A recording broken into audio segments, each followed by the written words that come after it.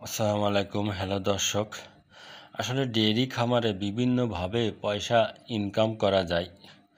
কিভাবে সেটা সম্ভব? আসলে ডেয়ারি খামারে যদি আপনার বাড়ির দুধ আপনি বিভিন্নভাবে ব্যবহার করতে পারেন, যেরকম ঘি তৈরি করতে পারেন।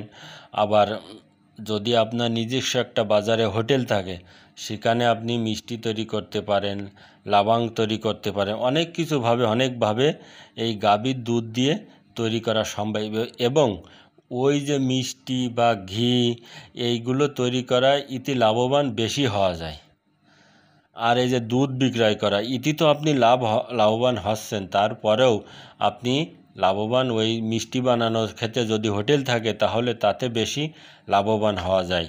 আসলে ডেয়ারি খামারে এমন একটা বিজনেস, এই বিজনেস যে জানে এবং যে করেছে সেটি জানে এর মর্ম কী।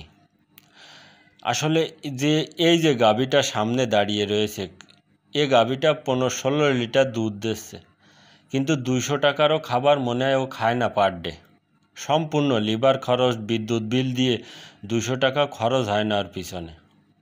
15 লিটার দুধ হলেই আপনি হিসেব করেন 750 টাকা। একটা গাভী 750 টাকা, 50 টাকা লিটার হলে তাহলে আপনার 200 টাকা খাচ্ছে, না 250 টাকা খালে 500 টাকা তো আপনার বেঁচে যাচ্ছে পার ডে। তাহলে একটা বড় একটা ব্যবসার একটা দিক না এই ডেয়ারি খামার। আর একটা কথা হলো বাছুর, যখন বাছুর আপনি বছর শেষে পাচ্ছেন, বা যখন বাছুর হলো যখন 8-9 মাস বা 10 মাসে আপনি বিক্রয় করতে যান, যদি বকনা বাছুর হয় ভালো মানের, ইনশাল্লাহ আপনি লাখ টাকা বিক্রি করতে পারবেন। তাহলে এরম 5টা গাভী থাকলে যদি 5টা বকনা বাছুরও হয় তাহলে 5 লাখ টাকা। আর যা দুধ বিক্রয় করতেছেন তা তো ওই হিসাব আছে।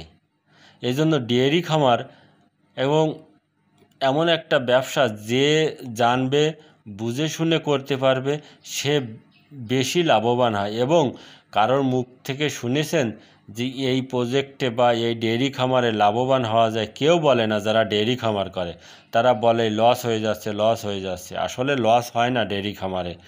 যারা আপনাদের দেয় তারা ভুল ধারণা দিয়ে থাকে। যদি আপনার খামার বিষয়ে নলেজ থাকে বা আপনি উপজেলা প্রাণী সম্পদ অধিদপ্তর থেকে আপনার যদি ট্রেনিং গ্রহণ করা থাকে, ইনশাল্লাহ আপনি কোনো দিন লসে যাবেন না। আর একটা কথা, কোনো খামার যদি আপনার পরিদর্শন থাকে 15 দিন বা 1 মাস, আপনি ওই খামারে দেখলেন কিভাবে দুধ দহন, কীভাবে কাজকাম করে, এটা দেখলে ইনশাল্লাহ কিছু না কিছু আপনার নলেজে চলে আসবে। আর একটা কথা বলি, গাভী ক্রয় করার ক্ষেত্রে অনেকই ব্যাপারী বলে 20 লিটার দুধ দিয়ে বাড়িতে নিয়ে আসলি 12 লিটার। বুঝতে পারছেন? এরমভাবে গাভী ক্রয় করা যাবে না। গাভী ক্রয় করার ক্ষেত্রে অনেক ভিডিওতে বলেছি দুধ দহন করে দেখে শুনে নিয়ে আসতে হবে, তাও 3 দিন দুধ দহন করতে হবে। কোনো খামারি ভাই বা আমি বলতেছি যে এই গরু গাভী ভালো, এর 20 লিটার দুধ, তাও বিশ্বাস করবেন না। কমসে কম দুধ দহন করে তারপরে দেখবেন, তারপরে আপনার খামারে আসলো, সেটা আপনার নসিবের ব্যাপার। আপনার নসিবে কী আছে সে আল্লাহ পাকই জানবে। এইভাবে করে চললে আসলে লাভবান হওয়া যায়। আর ডেয়ারি খামার এমন একটা ব্যবসা, যে ব্যবসায় পুঁজি অল্প পুঁজি লাগে। আপনি অন্য যে কোনো ব্যবসা করতে যান, দেখেন 10-15 লাখ টাকার নিচে সে ব্যবসা আপনি করতে পারবেন না। কিন্তু ডেয়ারি খামার 2 থেকে 3 লাখ টাকা হলে আপনার একটা খামার হয়ে যাবে। সবেমাত্র 2টো দিয়ে শুরু করব, মাত্র 2টো গাভী দিয়ে শুরু করব, তাহলে 3 লাখ টাকা ইনশাল্লাহ ওই খামার শুরু হয়ে যাবে, স্টার্ট শুরু হয়ে যাবে। এবং আস্তে আস্তে যখন আপনার গাভীর সংখ্যা বাড়বে, বাছুর হবে, তখন আপনি চিন্তা ভাবনা করবেন আপনি খামার বাড়াবেন কি কম করবেন, সেটা আপনার বিষয়। কিন্তু কেউ কম করে না, সবাই বাড়াতে চায়। দেখে যে গাভীতে লাভ আছে, সবাই গাভীর সংখ্যা বাড়াতে চায়। এবং যত বেশি গাভী থাকবে তত বেশি লাভবান হওয়া যায়। আর একটা কথা হলো, এই যে সেক্টরে আসলে মেন জিনিস কি জানেন? দানাদার খাবারের অনেক দাম, কিন্তু দুধ বিক্রয় করতে গেলে 45-50, আমাদের এলাকার কথা বলছি, এরকমই দাম।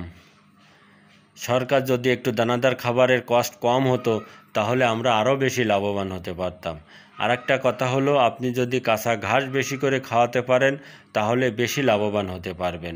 এটা আমি গ্যারান্টি দিয়ে বলতে পারি। আমার এই ভিডিও ভালো লাগলে অবশ্যই সাবস্ক্রাইব করে আমার পাশে থাকবেন। খুদা হাফেজ।